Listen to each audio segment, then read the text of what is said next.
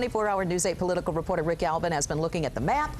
He joins us right now to give us an idea. Rick? Well, it will have an impact, even though in those individual states where there hasn't been a lot of activity, very likely it will be low voter turnout. But let's just see what's on tap for tonight. If we can go to the map for just a minute.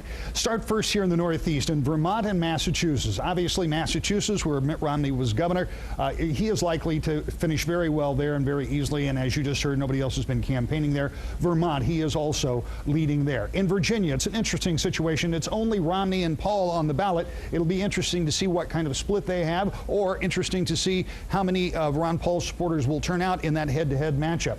Then as you come across the South, you have Georgia, Newt Gingrich, home state, where he is leading. In Tennessee and Oklahoma, Rick Santorum has been up in both places. In Tennessee, most recently, Mitt Romney just came in about a point ahead of him in the most recent poll, so this is very close to call. Oklahoma's still trending for Santorum, but I got some interesting information from a source this afternoon, a good source that keeps an eye on these kind of things, and suggests that there are some internal numbers that may have Newt Gingrich doing better in both Oklahoma and Tennessee than the polls currently show. So I'll be watching that very carefully. Is there another comeback for Gingrich? We don't know, but we'll talk about that. Then you've got three caucus states in North Dakota, Idaho, and Alaska. Those caucus states haven't received a lot of attention from the top tier candidates, that is Romney and Santorum. But Ron Paul has visited all three of those places, and it could be an area to give him his first chance to show some support in those caucus states. So there is a lot at stake here tonight, but what won't happen when this is all over is we'll be able to say there is a single front runner. This is not going to separate the field the way